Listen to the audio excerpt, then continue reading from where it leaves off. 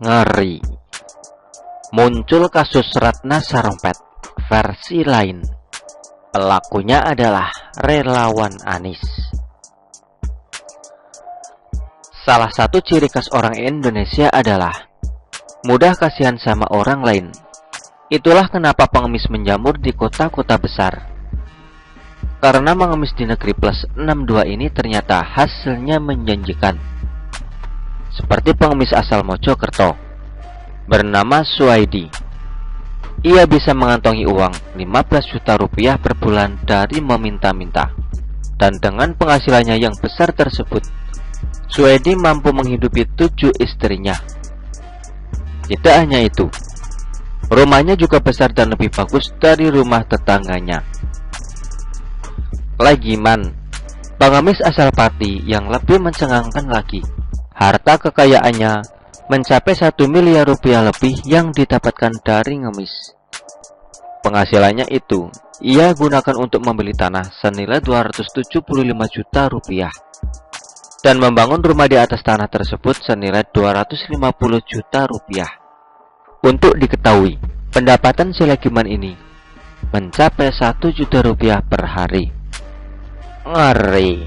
Ternyata untuk jadi cashiers tidak mesti harus jadi pengusaha seperti Gilang Widya Pramana atau si pemborong tiket Formula E Ahmad Saroni, tapi bisa juga dengan jadi pengemis.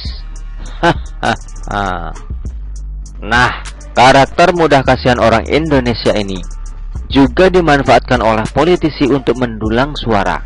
Di antaranya pelakunya adalah SBY, yang mana kala itu ia membohongi Megawati, mengatakan tidak akan nyapres, padahal lagi pasang ancang-ancang untuk bertarung di Pilpres tahun 2004. Namun hebatnya SBY ini, meskipun ia yang berbohong dan Megawati jadi korban kebohongannya, dia mampu membalikkan keadaan seolah-olah dirinya lah yang jadi korban ketidakadilan Ketua Umum PDI Perjuangan itu. Atau dengan kata lain, SBY mampu membangun opini publik kalau dirinya telah disolimi oleh Megawati, hingga orang kasihan sama dia dan memilihnya menjadi Presiden Republik Indonesia. Strategi play victim ini juga pernah dipakai oleh tim ses Prabowo. Tentu masih segar diingatan kita. Bagaimana Jurkamnas Prabowo dengan Sandi? Ratna Sarumpait mengaku digebukin oleh 3 pria tidak dikenal di Bandung pada tahun 2018 silam. Yang pernyataan Ratna itu langsung disambut hangat oleh tim ses Prabowo. Yang lain dengan membangun opini seolah pendukung Jokowi lah pelakunya. Bahkan Prabowo sampai menggelar konferensi pers segala kala itu. Dalam membela Ratna, ia menuding Ratna dianiaya, bukan karena pelaku hendak mencuri barang miliknya, tapi karena faktor lain. Bisa jadi karena faktor politik. Ternyata dramanya kurang bagus, bro Ansis. Meskipun Ratna mantan pemain teater, polisi mengungkap banyak kejanggalan di kasus ini, termasuk kesaksian dari dokter spesialis bedah plastik, Dr. Tompi, yang menyatakan bahwa luka Ratna lebih mirip luka karena oplas daripada digebukin. Hingga Ratna tidak bisa mengelak lagi. Ia terpaksa mengaku kalau dirinya telah berbohong.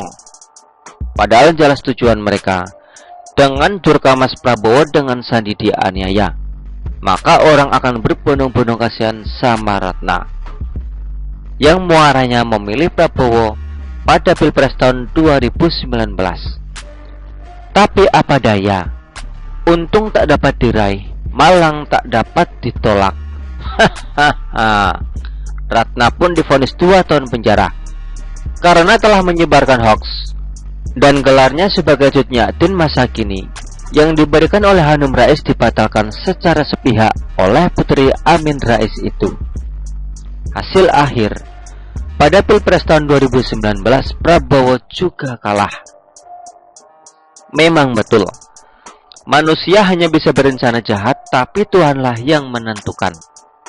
Lagian juga Di zaman yang serba terbuka seperti sekarang ini, susah untuk berbohong, apalagi sekedar bermain sandiwara. Pasti ketahuan itulah.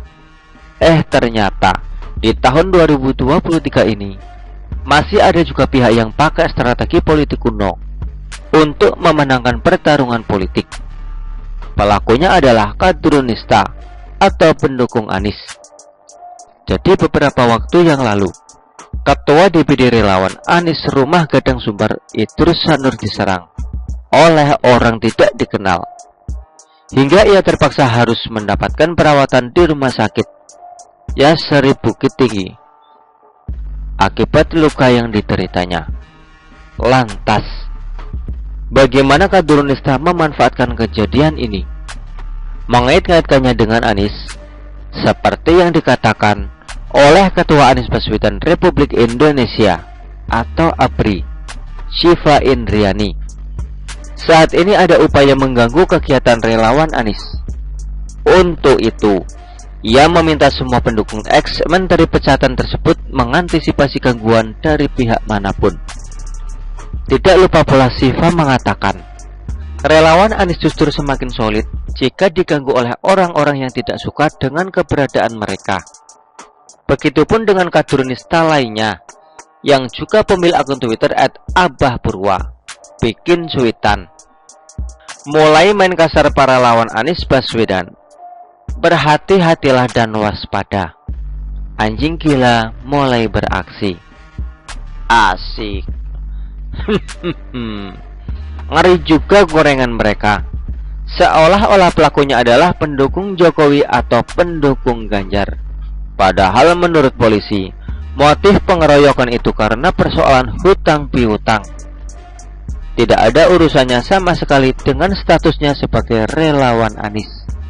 Mau dia relawan Anies, relawan Rizik, relawan Airlangga Hartarto, relawan Novel Bamumin, atau relawan-relawan yang lain, kalau punya hutang gak mau bayar, memang pelakunya untuk dikebukin oleh debt collector yang besar. Ternyata di zaman sekarang tidak gampang loh melakukan play victim yang tidak ketahuan. Wajar bila kemudian SBY tidak melakukan hal itu lagi. Begitulah kura-kura. Artikel ini diambil oleh siwo.com dan ditulis oleh Ferry Padli. Bagaimana menurut Anda?